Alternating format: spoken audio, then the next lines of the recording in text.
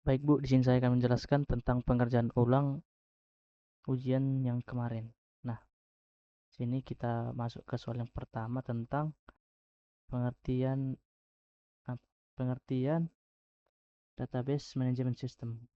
Di sini dibuatkan database management system berfungsi sebagai perantara antara apa? Ya, di sini database management system ini digunakan untuk perantara user dan basis data atau database fisik. Kemudian di soal nomor 2 buatkan diagram dari studi kasus tersebut. Nah, kemudian di sini studi kasusnya yaitu dalam sistem X terdapat dua buah entitas, yaitu entitas mahasiswa dan mata kuliah.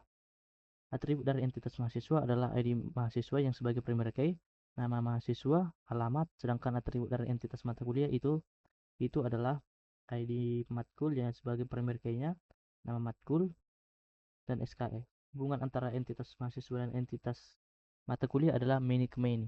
Nah, di sini saya telah membuatkannya. Mohon maaf Bu, sebelumnya saya membuatkannya dalam bentuk tulis tangan dikarenakan power designer saya yang sedang bermasalah.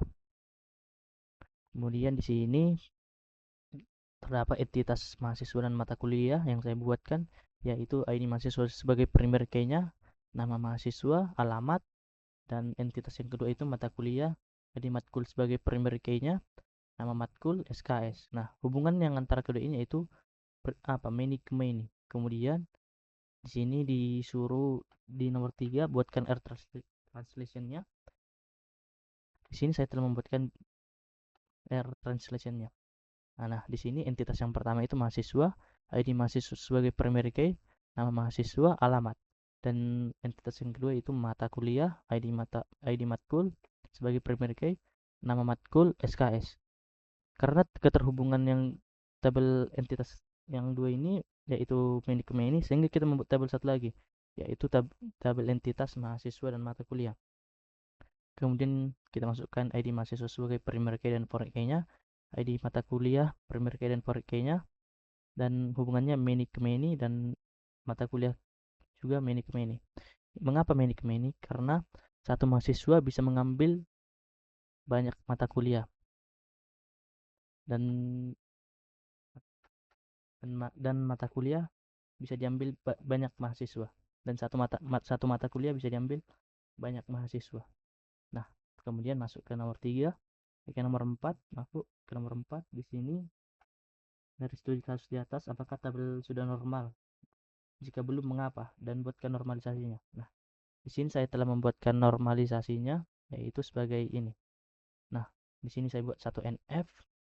Di dalam peraturan 1NF, itu tidak boleh ada data yang berulang pada satu kolom. Nah, sehingga dapat kita pisahkan tabel tabel kolom nomor pelanggan yang sebagai primary key dan nama pelanggan, karena di sini dia sudah menjadi data yang berulang. Kemudian di sini ada group of elemennya, kemudian 2NF. Nah, 2NF tidak ada ketergantungan yang parsial, yang artinya tidak ada yang bergantung sebagian. Nah, di sini ada data yang bergantung sebagian. Mengapa sebagian? Karena di sini P di nomor pelanggan P001, di sini P001, nomor asetnya adalah A02, dan di sini juga ada P001 dan nomor asetnya adalah A05. Sehingga di sini ketergantungannya sebagian dikarenakan di setiap P001 ini tidak tidak selalu A02. Kadang dia A05, dan begitu juga di P002, dan yang tidak selalu A02 dan A05. Kemudian kita masuk ke 3NF. Di sini 3NF tidak ada ketergantungan antara non-key, ketergantungan atribut kepada non-key. Di sini ada atribut yang bergantung kepada non-key, yaitu setiap dia NP50, dia nama pemiliknya selalu Jupiter Silalahi. Dan setiap NP100, nama pemiliknya selalu Sari Tumanggor. Sementara di nomor kepemilikan dan nama pemilik ini tidak tidak menjadi primary key, sehingga kita dapat pisahkan tabelnya yang berikutnya menjadi tabel seperti ini. sehingga dapat kita simpulkan bahwa dari tabel ini seluruhnya dapat dibuat sampai dengan 3NF. Nah, kemudian kita masuk ke DDL, yaitu buatlah DDL atau Data Definition Language dari tabel di atas. Tipe datanya sesuaikan dengan isian data di atas. Nah, kemudian kita masuk ke sini, kemudian kita masuk ke property. Nah, di sini saya membuatkan DDL-nya, yaitu saya membuatkannya yaitu create database property. Nah, di sini saya gunakan kode ini untuk membuat database-nya. Kemudian saya memakai use property supaya yang dipakai itu database property. Nah, kemudian yang pertama saya membuat tabel pelanggan. Di sini saya menggunakan create table pelanggan yang atributnya itu nomor pelanggan, varchar ya sebagai primary key, nomor pelanggan yang bertipe data varchar sebagai primary key-nya, kemudian nama pelanggan. Nah, kemudian dapat kita lihat di sini saya sudah membuatkannya. Nah, di sini kita membuatkannya lagi tabel aset. Nah, nomor aset sebagai primary key-nya, alamat dan biaya aset. Nah, kemudian sini dapat kita lihat tabel asetnya. Nah, sini ada A02 sebagai Institut Teknologi Dell, A05 sebagai Semanggul Dell, biaya asetnya 3 juta untuk A02 dan 5 juta untuk A05. Kemudian kita buat tabel pemilik dan relasi antara properti dan aset. Kemudian di sini saya menggunakan tabel pemilik, nomor pelanggan, nomor aset, nama pemilik, dan primary dan hubungannya itu saya buat primary key-nya nomor pelanggan dan nomor aset, dan foreign key-nya nomor pelanggan yang diambil dari tabel pelanggan dan nomor pelanggan. Kemudian foreign key-nya nomor aset yang diambil dari tabel aset dan nomor aset. Nah, kemudian di sini untuk mengisi dari isi data tersebut saya menggunakan insert into pelanggan values. Kemudian saya masukkan data-datanya yang ini menjadi nomor pelanggan dan nama pelanggan. Kemudian masuk ke aset. Di sini aset saya masukkan nomor aset, alamat, dan biaya aset. Kemudian insert into kepemilikan values. Di sini saya masukkan nomor pelanggan, nomor aset, dan nama pemilik. Kemudian saya buat query join-nya supaya dapat menampilkan tabelnya. Nah, sini sudah terbentuk ya tabelnya untuk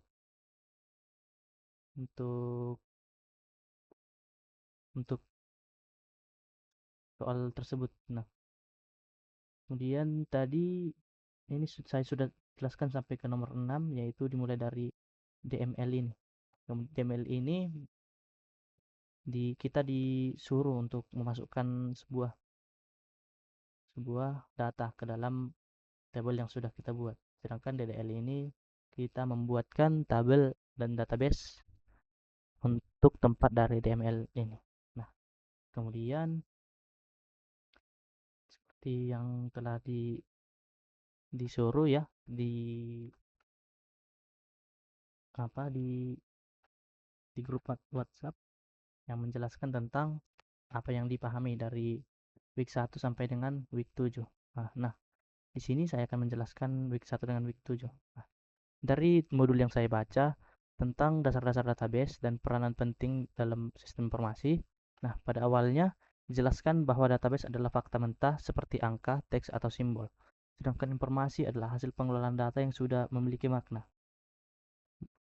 Dalam modul itu juga menjelaskan perkembangan cara pengelolaan data, mulai dari sistem manual yang masih berbasis kertas, kemudian berkembang ke sistem berbasis file, hingga akhirnya menggunakan sistem database modern seperti saat ini. Nah, sistem berbasis file memiliki kelemahan seperti duplikasi data, inkonsistensi, dan kesulitnya berbagi data sehingga diperlukan solusi yang lebih baik, yaitu database. Nah, selanjutnya Modul itu yang saya baca menjelaskan tentang database management system atau DBMS, yaitu perangkat lunak yang digunakan untuk mengelola database. DBMS memungkinkan pengguna untuk memuat, membaca, memperbarui, dan menghapus data dengan lebih mudah dan aman. Sistem database sendiri terdiri dari beberapa komponen seperti pengguna, perangkat keras, perangkat lunak, data, dan menggunakan database. Banyak keuntungan yang diperoleh seperti kecepatan akses data, pengurangan redundansi, peningkatan keamanan, serta menjaga integritas data. Selain itu, modul tersebut juga membahas tentang hierarki data, yaitu susunan dari yang paling kecil hingga terbesar, dari bit, byte, file, record, file, hingga database. Pemahaman ini penting bagi kita untuk mengetahui bagaimana cara database disimpan dan diorganisir dalam sebuah komputer. Di bagian akhir, modul tersebut menjelaskan tentang konsep lanjutan seperti data warehouse, data mart, dan big data yang digunakan untuk mengelola dan menganalisis data dalam jumlah besar guna mendukung pengambilan keputusan dan organisasi. Secara keseluruhan, modul itu memberikan pemahaman dasar bahwa database bukan hanya tempat menyimpan data, tetapi juga sistem membantu dalam mengelola informasi secara efisien, dan terstruktur. Kemudian masuk ke week 2, yaitu rasional, model, dan ERD. Kemudian modul itu membahas tentang dasar-dasar penting perancangan database. Jelaskan pada modul itu yaitu sesuatu yang dianggap penting oleh pengguna dan perlu direpresentasikan dalam database. Entitas biasanya diwujudkan dalam bentuk tabel relasional, di mana baris menyimpan data tentang entitas dan kolom menyimpan. Nah, entitas biasanya diwujudkan dalam suatu bentuk tabel rasional, di mana baris menyimpan